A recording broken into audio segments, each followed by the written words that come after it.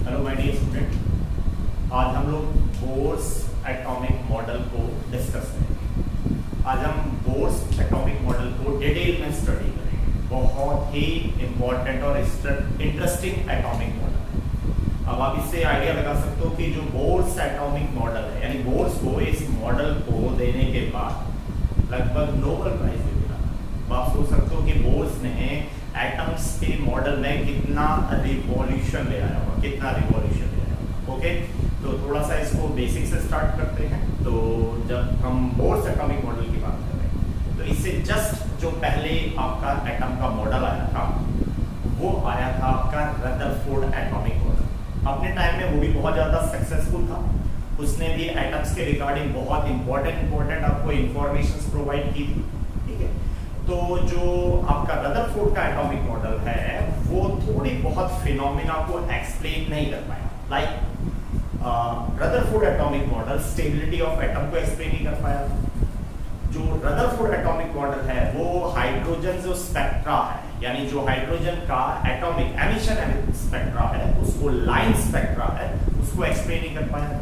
Okay, तो जो bourse है उसका एक स्टेप एडवांसमेंट है। तो बोर ने ये सब चीजें एक्सप्लेन की। बोर्स ने स्टेबिलिटी ऑफ एटम को एक्सप्लेन किया। बोर्स ने जो हाइड्रोजन का स्पेक्ट्रम है, बोर्स ने जो हाइड्रोजन का लाइन स्पेक्ट्रम है, उसको एक्सप्लेन किया। तो बोर्स ने कुछ पॉइंट्स तो बोर्स ने रदरफोर्ड के ही रिटेन रखे। उसने कुछ यूज आपका किया, प्लैंक्स क्वांटम थ्योरी का भी यूज किया, और उसने फिर एक बहुत ही अपने में, ठीक है, बहुत अच्छा एटम का मॉडल प्रोवाइड किया, जिसे हम बोलते हैं bourse atomic model. Okay, start करते हैं। तो जो बोर्स का फर्स्ट पॉइंट है, वो तो आपको लगभग सिमिलर टू रदरफोर्ड लगेगा। क्या कि कोई भी जो एटम है, उसके सेंटर में एक पॉजिटिवली पार्ट होता है, जिसे हम लोग क्या कहते हैं, न्यूक्लियस कहते हैं। जिसे हम लोग क्या कहते हैं, न्यूक्लियस। कोई भी एटम है, उसके सेंटर में क्या होगा, एक पॉजिटिवली पार्ट होगा, दैट इज कॉल्ड न्यूक्लियस। और उस न्यूक्लियस में ही एटम का इंटायर मास, पूरा का पूरा मास क्या होता है, कंसंट्रेटेड होता है। तो ये था बोर्स का, ठीक है, रदरफोर्ड का पॉइंट था, और सिमिलर टू आपका किसका पॉइंट भी है, बोर्स का पॉइंट भी है। तो चलो देखते थे। तो ये सपोज को कोई एटम है, उसके सेंटर में आपको एक पॉजिटिवली पार्ट नजर आ रहा होगा, दैट इज न्यूक्लियस। क्या नजर आ रहा है, न्यूक्लियस।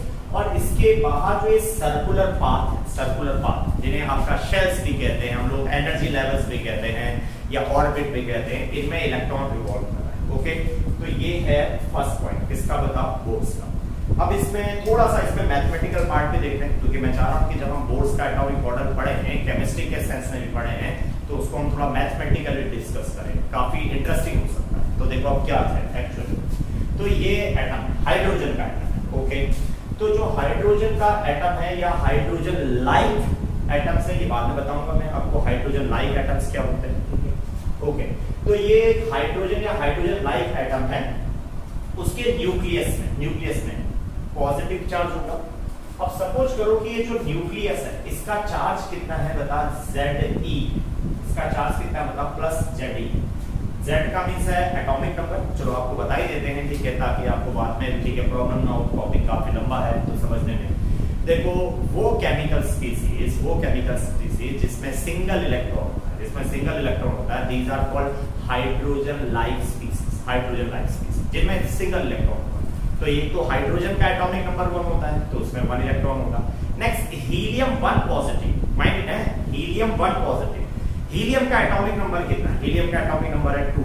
हीलियम का एटॉमिक नंबर है 2, लेकिन यहाँ हम He पॉजिटिव की बात कर रहे हैं। तो अगर हमने हीलियम में से 1 इलेक्ट्रॉन रिमूव किया, तो हीलियम में कितना इलेक्ट्रॉन बचेगा, 1 इलेक्ट्रॉन बचेगा। Okay, lithium 2 positive.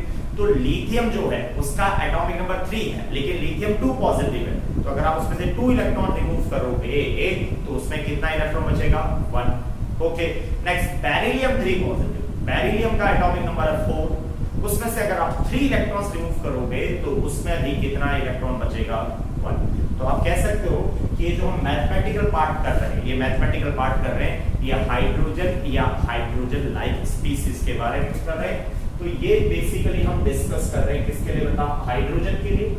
ये डिस्कस कर रहे हैं हम हीलियम 1 पॉजिटिव के लिए, ये डिस्कस कर रहे हैं हम लिथियम 2 पॉजिटिव के लिए, और ये डिस्कस कर रहे हैं हम बेरिलियम 3 पॉजिटिव के लिए। तो all species are single electron species. इन सब में क्या है, 1 इलेक्ट्रॉन है. ओके, तो अगर हम इन सब को देखें तो ये सब के सब 1 इलेक्ट्रॉन स्पीसीज, 1 इलेक्ट्रॉन स्पीसीज.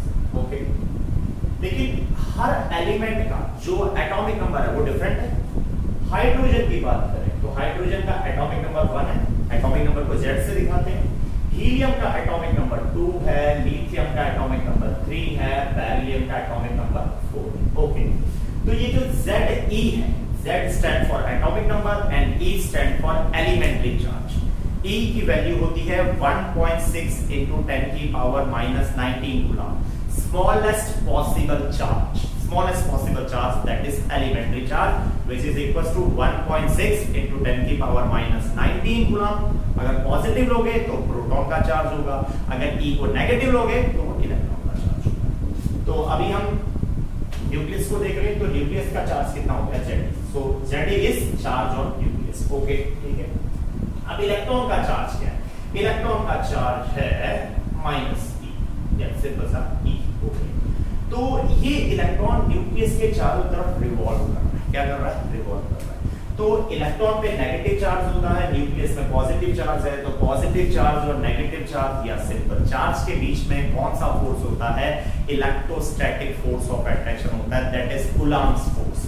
तो ये जो आपका न्यूक्लियस है जिसपे पॉजिटिव चार्ज है और इलेक्ट्रॉन जिसपे नेगेटिव चार्ज है, और सपोज करते हैं दोनों के बीच में डिस्टेंस r है, इनके बीच में एक इलेक्ट्रोस्टैटिक फोर्स ऑफ अट्रैक्शन होगा, कूलम्ब्स फोर्स होगा, और उसकी वैल्यू कितनी होगी, 1/4 pi epsilon 0. This is constant. 1/4 pi epsilon 0 Ze किसका चार्ज है, ये चार्ज है न्यूक्लियस का, इनटू E किसका चार्ज है, इलेक्ट्रॉन का चार्ज अपॉन r². तो ये कूलम्ब्स का फोर्स है, दो चार्ज के बीच में लगने वाला फोर्स ऑफ अट्रैक्शन और force of repulsion, that is force of interaction.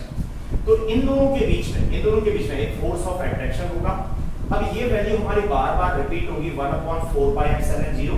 तो इसको सपोज करो हम अपनी सिंपलिसिटी के लिए, किसको, 1/4 pi epsilon 0 को हम अपनी सिंपलिसिटी के लिए k से रिप्रेजेंट कर देते हैं. सो अब फ्यूचर कैलकुलेशंस में 1/4 pi epsilon 0 को हम जस्ट k से दिखाएंगे, और इसकी वैल्यू फिक्स है. इसकी वैल्यू होती है 9 into 10 की पावर 9 न्यूटन मीटर स्क्वायर पर कूलम. तो दिस इज कांस्टेंट. तो बताओ इलेक्ट्रोस्टैटिक फोर्स यानी चार्ज और इलेक्ट्रॉन के बीच में लगने वाला जो इलेक्ट्रोस्टैटिक फोर्स है उसका फॉर्मूला क्या हो गया, Fe, electrostatic force equals to K Ze² upon r². तो equation number 1.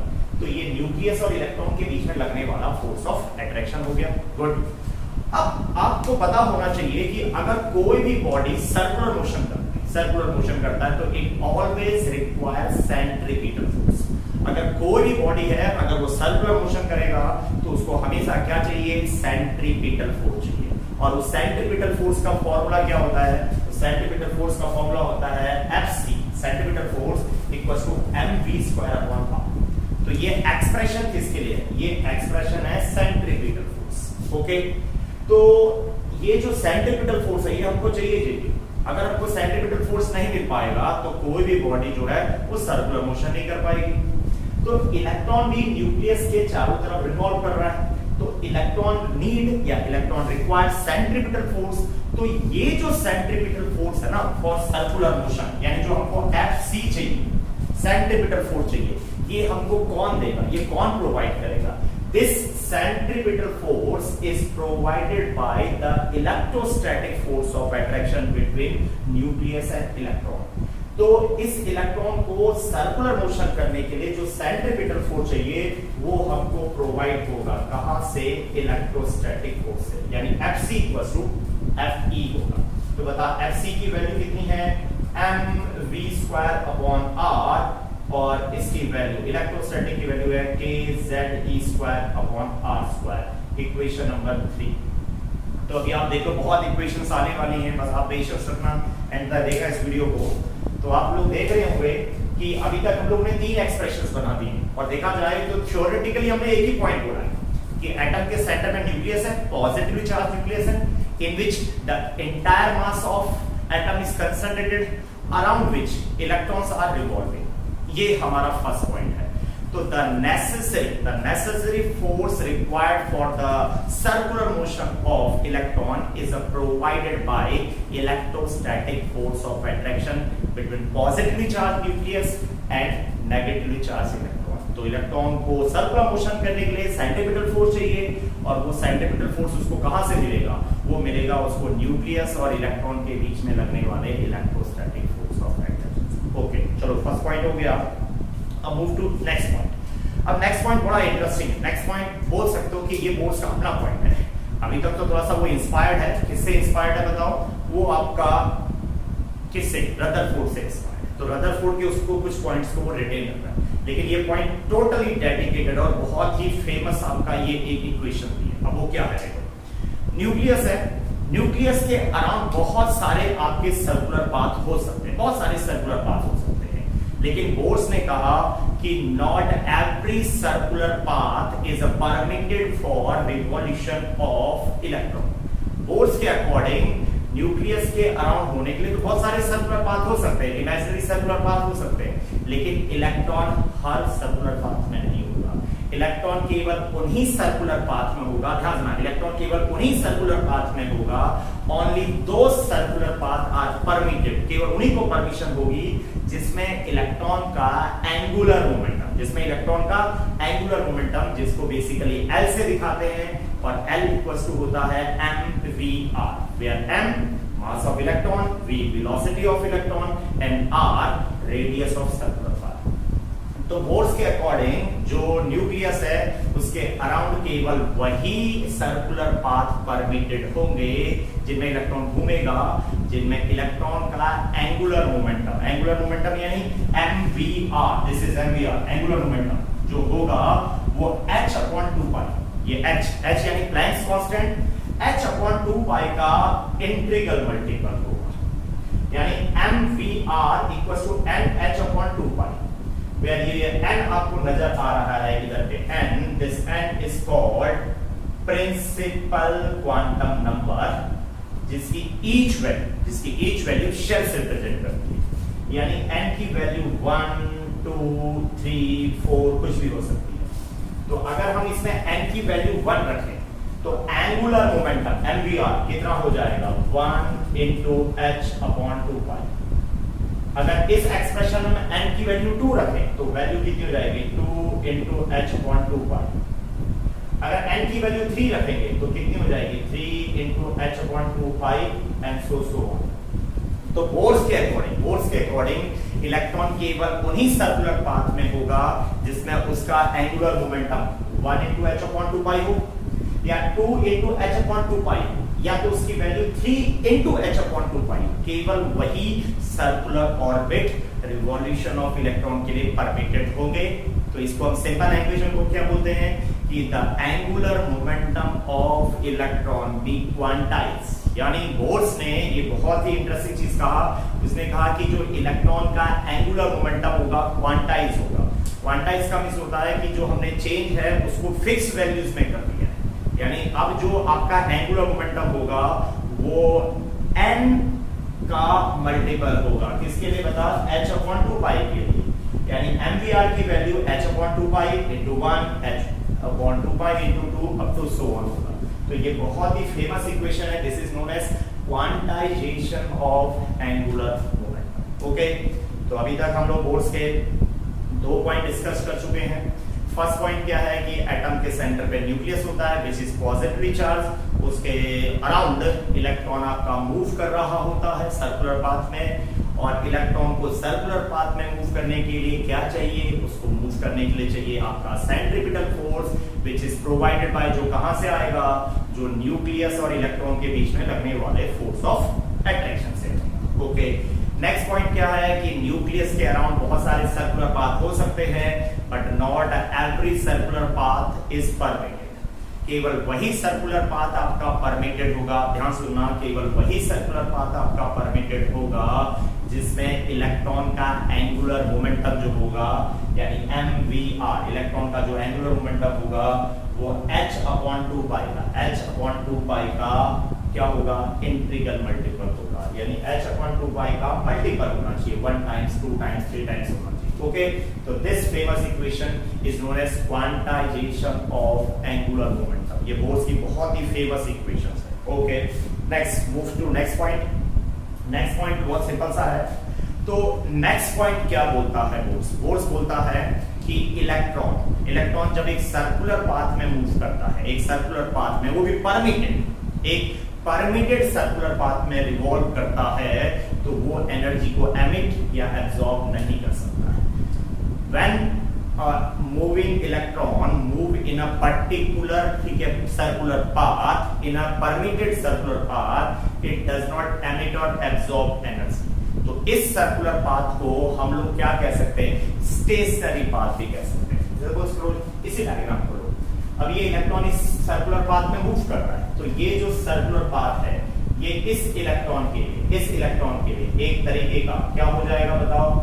Non radiating path होगा, या ये एक इसके लिए कैसा पाथ होगा? स्टेशनरी पाथ होगा। यानी इलेक्ट्रॉन अगर एक परमिटेड पाथ में मूव कर रहा है तो वो एनर्जी को एमिट या एब्जॉर्ब नहीं कर सकता, इसको ख्याल रखना। लेकिन at the same time Bohr's बोलता है कि इलेक्ट्रॉन अगर अपना सर्कुलर पाथ को छोड़ता है, when electron move from one energy level to another energy level, अगर इलेक्ट्रॉन एक एनर्जी लेवल से दूसरे एनर्जी लेवल में जंप करेगा, इसको ध्यान से सुनना, अगर इलेक्ट्रॉन एक एनर्जी लेवल से दूसरे एनर्जी लेवल में जंप करेगा, तो वो डेफिनेटली एनर्जी को एमिट भी कर सकता है, एनर्जी को एब्जॉर्ब भी कर सकता है। लेकिन वो जो एनर्जी को एमिट या एब्जॉर्ब करेगा, तो यहां यूज किया है बोर्स ने प्लैंक्स क्वांटम थ्योरी का। बोर्स बोलता है कि इलेक्ट्रॉन अगर एक एनर्जी लेवल से दूसरी एनर्जी लेवल में जंप करेगा, तो वो जो एनर्जी का ट्रांजिशन करेगा वो इन टर्म्स ऑफ क्वांटा या इन टर्म्स ऑफ फोटोन करेगा। ओके, चलो देखते हैं इस चीज को डायग्राम की हेल्प से।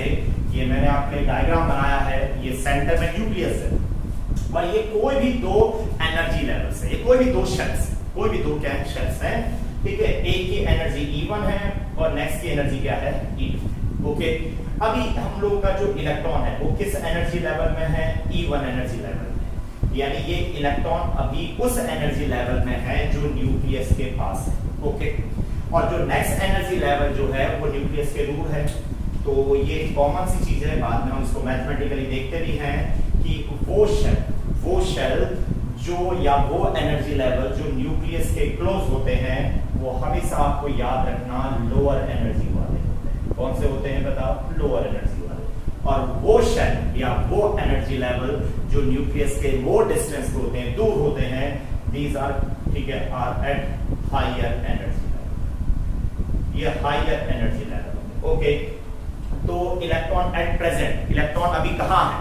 इलेक्ट्रॉन अभी है लोअर एनर्जी। किसमें बता? लोअर एनर्जी में। तो बोर्स बोलता है कि इलेक्ट्रॉन अगर लोअर एनर्जी लेवल से हायर एनर्जी लेवल में जाएगा, और सिंपल वे में बोले, अगर इलेक्ट्रॉन इनर शेल से आउटर शेल में जंप करेगा, ये एरो आपको मैं दिखा रहा हूं, तो ये आप देखो, इलेक्ट्रॉन अगर इनर शेल से आउटर शेल में जंप करेगा, तो आपको हमेशा याद रखना है कि वो एनर्जी को क्या करता है?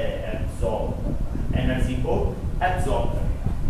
और अगर इलेक्ट्रॉन आउटर शेल से इनर शेल में जंप करे, ये एरो को थोड़ा डिफरेंट जगह दिखा देता हूं, अगर इलेक्ट्रॉन आउटर शेल से इनर शेल में जंप करता है, हायर लेवल से लोअर लेवल में जंप करता है, तो वो हमेशा एनर्जी को क्या करता है? तो देखो, इलेक्ट्रॉन दोनों काम कर सकता है। इलेक्ट्रॉन एनर्जी को एमिट भी कर सकता है, एनर्जी को क्या कर सकता है? एब्जॉर्ब भी कर सकता है। लेकिन अगर इलेक्ट्रॉन एक पर्टिकुलर परमिटेड पाथ में है, तो वो पाथ उसके लिए नॉन रेडिएटिंग है। और इसी पॉइंट की हेल्प से जो फेलियर था, किसका फेलियर था? रदरफोर्ड का फेलियर था कि Rutherford is unable to explain the stability of atom. Rutherford atom की स्टेबिलिटी को एक्सप्लेन नहीं कर पाया। तो इसी पॉइंट की हेल्प से जो बोर्स है उसने क्या किया बता? स्टेबिलिटी ऑफ एटम को एक्सप्लेन कर दिया कि इलेक्ट्रॉन अगर एक ही पाथ में है, तो वो पाथ उसके लिए स्टेशनरी है, नॉन रेडिएटिंग है, वो एनर्जी एमिट नहीं कर सकता। लेकिन इलेक्ट्रॉन अगर इनर शेल से आउटर शेल में जाए, लोअर एनर्जी से हायर एनर्जी में जाए, तो एनर्जी को एब्जॉर्ब करेगा। और अगर वो आउटर से अंदर आए या हायर एनर्जी से लोअर एनर्जी में आए तो एनर्जी को एमिट करेगा। और ये एब्जॉर्प्शन या एमिशन होता है, ये हमेशा फोटोन या ये क्वांटम के फॉर्म में होता है। तो अगर हम देखें इसको तो ये क्या होगा बताओ, ये होगा आपका E2 माइनस E1। अगर हम एनर्जी चेंज देखें E2 माइनस E1 तो ये किसके इक्वल होगा बता, h न्यू के इक्वल होगा। यानी इलेक्ट्रॉन अगर आउटर से इनर में आ रहा है तो वो h न्यू एनर्जी के फोटोन को एमिट करेगा, और अगर इलेक्ट्रॉन इनर शेल से आउटर शेल पे जंप कर रहा है तो वो h न्यू एनर्जी के क्वांटा या फोटोन को क्या करेगा, एब्सॉर्ब करेगा। तो these are some important postulates of Bohr's atomic model. Okay, तो इन एटॉमिक मॉडल में कहीं ना कहीं आपको थोड़ा सा रिलेशन नजर आ रहा होगा। हम इसमें यूज कर रहे हैं ओल्ड रदरफोर्ड एटॉमिक मॉडल, और इसमें हम यूज कर रहे हैं, ओल्ड तो नहीं बोलेंगे उसको, मॉडर्न ही बोलेंगे, हम यूज कर रहे हैं इसमें हम प्लैंक्स क्वांटम थ्योरी को भी कर रहे हैं। तो ये कंप्लीट पैकेज है, किसका कंप्लीट पैकेज है बता, बोर्स एटॉमिक मॉडल। ओके, अब ये जो बोर्स है ये तो इसका पोस्टुलेट्स हो गए, ये तो इसकी थ्योरी होगी, कुछ पॉइंट्स हो गए। तो बोर्स ने जब ये पोस्टुलेट दिए तो उसके बाद उसने ये जो मैं लिखा है स्टार्टिंग में, one electron species hydrogen like species, तो इनके लिए बोर्स ने काफी चीजें कैलकुलेट की। इनकी हेल्प से हम जो इलेक्ट्रॉन्स हैं उनका डिस्टेंस बता सकते हैं। यानी अगर हम लोग को ये पॉइंट्स की नॉलेज है, जो मैंने पॉइंट्स अभी आपको एक एक डिस्कस किए, अभी तो आपको लग रहा होगा खिचड़ी हो गई, लेकिन आप जब इसको स्टार्टिंग से देखोगे तो हम एक एक चीज को डिस्कस करते हैं। ओके, तो ये जो आप लोग का बोर्स का एटॉमिक मॉडल है, इसके जो एक पोस्टुलेट हैं, इसकी हेल्प से हम बता सकते हैं कि ये जो मूविंग इलेक्ट्रॉन है ये न्यूक्लियस से कितना डिस्टेंस पे है। यानी हम distance between nucleus and energy levels निकाल सकते हैं। इवन हम लोग ये भी निकाल सकते हैं कि अगर ये इलेक्ट्रॉन मूव कर रहा है तो ये किस वेलोसिटी से मूव कर रहा है, किस वेलोसिटी से मूव कर रहा है। और इवन हम ये भी निकाल सकते हैं कि जो मोशन इलेक्ट्रॉन कर रहा है, ये जो मोशन करता हुआ इलेक्ट्रॉन है, इसके अंदर कितनी क्या बता एनर्जी है। तो देखो हम लोग बहुत सारी चीजों को कैलकुलेट कर सकते हैं। तो जो बोर्स है उसने टोटल एक रिवॉल्यूशन ले आया था जब ये अपना एटम का मॉडल दिया था, टोटली डिफरेंट चीज थी। तो इसको फिजिक्स का, और वो शायद अगर मैं करेक्ट हूं तो 1922 में इसको फिजिक्स का नोबेल प्राइज मिला था इसका कंट्रीब्यूशन देने के लिए, कि देखो इसने एटम के मॉडल में इतना ड्रास्टिक रिवॉल्यूशन किया था। ओके, तो अब हम भी देखते हैं फिर बोर्स ने ये वर्क कैसे किया। उसने रेडियस कैसे कैलकुलेट की, उसने इलेक्ट्रॉन की वेलोसिटी कैसे कैलकुलेट की, और उसने इलेक्ट्रॉन की एनर्जी कैसे कैलकुलेट की। ओके, थोड़ा सा मैथमेटिकल पार्ट है लेकिन आ जाता है, कोई बहुत टफ नहीं है। ठीक है, आप घर में एक दो बार प्रैक्टिस करेंगे तो आ जाएगा।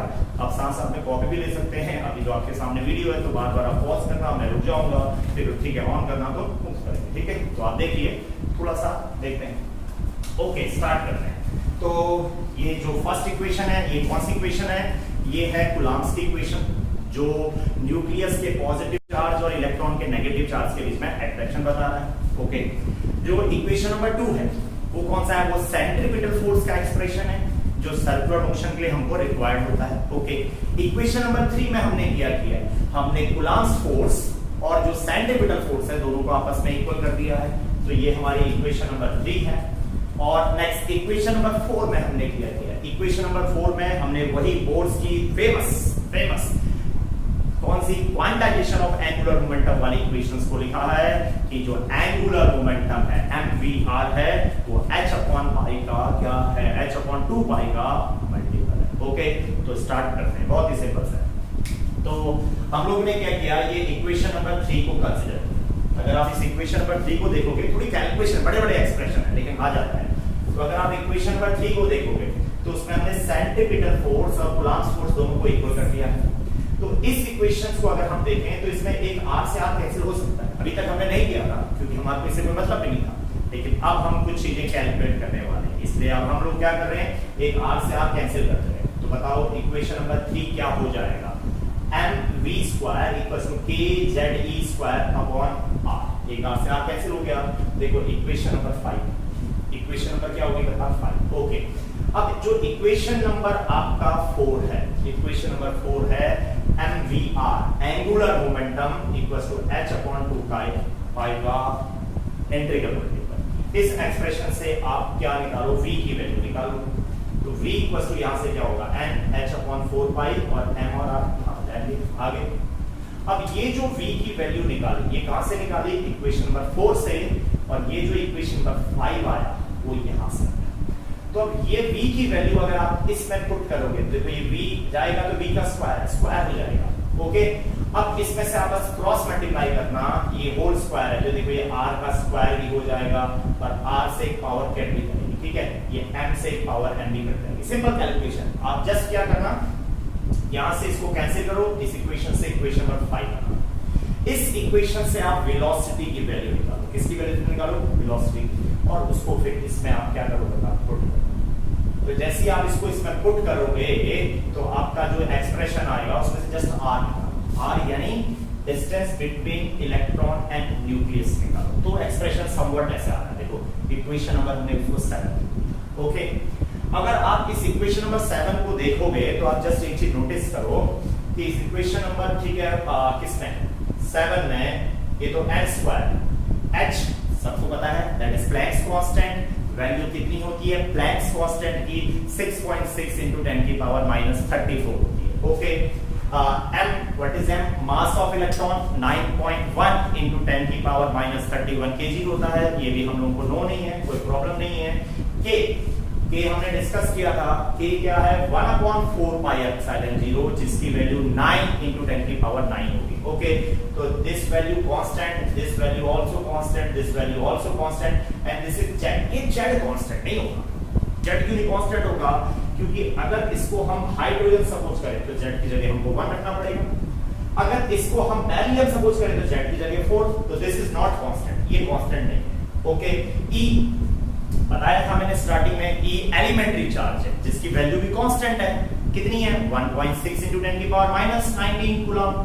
तो इसमें अगर हम देखें तो केवल दो चीजें हैं जो आप लोगों की अननोन होंगी, जो वेरिएबल्स होंगे। एक n यानी प्रिंसिपल क्वांटम नंबर, जो मैंने कहा था शेल, जिसकी वैल्यू 1 2 3 4 कुछ भी हो सकती है, और सेकंड z, क्योंकि अलग अलग स्पीसीज के लिए z की वैल्यू क्या होगी? डिफरेंट होगी। तो अगर हम नोटिस करें तो यहाँ पर ऑलमोस्ट हर वैल्यू हमको नोन है एक्सेप्ट 2। कौन से 2 वैल्यूज बताओ? एक वैल्यू अननोन है आपकी, ठीक है, n एंड एक z। तो अगर हम इन सब को पुट कर दें तो ये कांस्टेंट वैल्यू आ जाती है। देखो कितना, जैसे आप लोग बहुत बड़े बड़े टाइप के हो, अगर इसको सॉल्व करते हैं छोटा सा हो जाता है, बिल्कुल छोटा सा, ठीक है। तो ये वैल्यू कितनी आ जाती है? ये आती है 0.529 into 10 की पावर -10 n स्क्वायर मीटर में आइए, क्योंकि हर वैल्यू हमें SI यूनिट में रखी है, n स्क्वायर अपॉन z। तो ये जो 10 की पावर -10 मीटर होता है, ये आपको पता होना चाहिए 1 एंगस्ट्रॉम के इक्वल होता है। 1 एंगस्ट्रॉम लेंथ की यूनिट होती है, जब लेंथ बहुत छोटी होगी तो उसको हम एंगस्ट्रॉम में मेजर कर लेते हैं। ओके, तो 10 की पावर -10 मीटर की जगह अगर हम एंगस्ट्रॉम लिखें तो देखो कितना ब्रीफ एक्सप्रेशन आ गया। क्या आ गया? रेडियस का एक्सप्रेशन क्या आ गया कि जो इलेक्ट्रॉन है उसकी न्यूक्लियस से जो डिस्टेंस होगी rn। n इसलिए लिखा क्योंकि ये जो रेडियस है इसकी वैल्यू n पे डिपेंड कर रही है, n first shell, second shell, third shell, कुछ भी। तो अगर आप देखोगे तो यहां से हमको दिख रहा है कि जो rn की वैल्यू है वो z एटॉमिक नंबर पे भी डिपेंड करती है, और n shell principal quantum number पे भी डिपेंड करती है। अब कैसे डिपेंड कर रही है? ये Rn जो है ये n के स्क्वायर के डायरेक्टली प्रोपोर्शन है। Rn directly proportional to n square. तो अगर n की वैल्यू 1 2 3 4 रखेंगे तो फर्स्ट शेल की डिस्टेंस, सेकंड शेल का रेडियस, थर्ड शेल का रेडियस और फोर्थ शेल का अगर हम रेडियस का रेशियो ले, देखो Rn directly proportional to n square. तो यानी फर्स्ट शेल और सेकंड शेल का जो आपका रेडियस होगा उसका रेशियो कितना होगा? 1:4। सेकंड और थर्ड का रेशियो कितना होगा? 1:9। थर्ड और फोर्थ का कितना होगा? 9:16। तो अगर आप इन रेशियो को देखो तो क्या ये रेशियो आपको इक्वल नजर आ रहे हैं? नहीं आ रहे हैं। देखो 1:4:9:16। तो यहाँ से एक चीज क्लियर है, जो हम छोटी क्लासेस में काम करते थे ना, क्या काम करते थे हम छोटी क्लास में कि न्यूक्लियस के चारों तरफ जो शेल्स बनाते थे तो हम वो इक्वली स्पेस बनाते थे। एक्चुअली ऐसा नहीं है, जो शेल्स होते हैं वो कभी भी इक्वली स्पेस नहीं होते हैं। फर्स्ट शेल और सेकंड शेल का रेडियस का गैप ज्यादा होता है, लेकिन फिर वो गैप धीरे धीरे क्या होता है? कम होता जाता है। देखो ये यहां से कंफर्म हुआ। तो ये एक्सप्रेशन आपको अच्छे से आना चाहिए। This expression is for radius. किसका रेडियस? इलेक्ट्रॉन और न्यूक्लियस के बीच का डिस्टेंस। ओके, ये तो हमने रेडियस निकाल लिया, एक एक्सप्रेशन। अब हम लोग एक चीज और काम करते हैं। ये जो इक्वेशन नंबर 3 है ना, ये इक्वेशन नंबर क्या बता 3 है। इससे ये r से पावर r कैंसिल आउट हो जाएगी, बिल्कुल कैंसिल आउट होगा। तो अगर हम यहां से r की वैल्यू निकालें, देखो अगर हम यहां r, ये r से पावर तो कैंसिल होगी, अगर हम यहां से r निकालें तो बता r इक्वल्स टू यहां क्या हो जाएगा k ze² अपॉन mv²। देखो r इक्वल्स टू क्या हो जाएगा k ze² अपॉन mv²। ये कहां से आया, ये इक्वेशन नंबर 3 से आया। ओके, अब सिमिलरली जो इक्वेशन नंबर 4 है वहां भी r है, mvr equals to nh upon 2 pi. Okay, तो अगर हम यहां से देखें तो यहां से भी हम r निकाल सकते हैं, तो r इसको यहां रखो और mv को यहां क्रॉस मल्टीप्लाई कर दो, तो r equals to nh upon 2 pi into m into v। ये आ गया, ये कहां से आया, ये इक्वेशन नंबर 4 से। तो हम लोगों ने अब क्या किया है, हमने इक्वेशन नंबर 3 जो कि कूलम्ब्स का इंटरेक्शन और सेंटीमीटर फोर्स का एक्सप्रेशन है, दोनों का इक्वल है, यहां से हमने r कैलकुलेट किया और जो फेमस बोर्स का पोस्टुलेट है क्वांटाइजेशन ऑफ एंगुलर मोमेंटम, वहां से भी हमने r निकाला, दो r निकाले। अब इन दोनों r को आप क्या करो, इक्वल कर दो, दोनों रेडियस ही है, डिस्टेंस है न्यूक्लियस और इलेक्ट्रॉन के बीच में। तो अगर हम दोनों को इक्वल कर दें, दोनों को देखो हमने इक्वल कर दिया, तो इसमें अगर आप देखोगे तो अब आपको केवल एक एक्सप्रेशन लगेगा। देखो m से m ये भी कैंसिल आउट हो गया, तो यहां पर से जस्ट आप वेलोसिटी निकाल सकते हैं। यहां से आप क्या कैलकुलेट कर सकते हैं, वेलोसिटी। तो वो जो वेलोसिटी का जो एक्सप्रेशन आएगा, क्रॉस मल्टीप्लाई करेंगे 2 पाई कांस्टेंट k, बताइए 9 × 10⁹, z variable, e charge, n variable h। तो यानी इस सब की वैल्यू हम लोगों को क्या है, नोन है। तो अगर जब इन सब की वैल्यू पुट करेंगे तो वेलोसिटी का एक्सप्रेशन ये आ जाता है। तो देखो इलेक्ट्रॉन किसी भी शेल में, इलेक्ट्रॉन किसी भी शेल में किस वेलोसिटी से मूव करता है, वो मूव करता है 2.18 into 10 की पावर 6, 2.18 into 10 की power 6 into z upon n metre पर सेकेंड। तो वो इस वेलोसिटी से इलेक्ट्रॉन न्यूक्लियस के चारों तरफ क्या करता है, मूव करता है। तो आप देख सकते हैं कि ये इसकी इलेक्ट्रॉन की क्या आ गई, बताओ, वेलोसिटी आ गई। ओके, तो अब हम लोगों ने क्या क्या कर दिया है, अगर आप देखेंगे हमने बोर्स का पोस्टुलेट डिस्कस किया और हमने बोर्स के एटॉमिक मॉडल यानी इन पोस्टुलेट की हेल्प से हमने दो चीजें कैलकुलेट की। एक कि इलेक्ट्रॉन न्यूक्लियस से कितना डिस्टेंस पे है, तो ये फॉर्मूला इंपॉर्टेंट है बहुत, Rn इक्वल्स टू 0.529 या आप इसको 0.53 भी लिख सकते हैं कैलकुलेशन इजी करने के लिए, इनटू n² अपॉन z। तो इस एक्सप्रेशन से जो रेडियस है ये n² के डायरेक्टली प्रोपोर्शनल, यानी कि जो डिफरेंट शेल्स हैं उनका रेशियो क्या होगा, 1:4:9:16 रेशियो चलता रहेगा।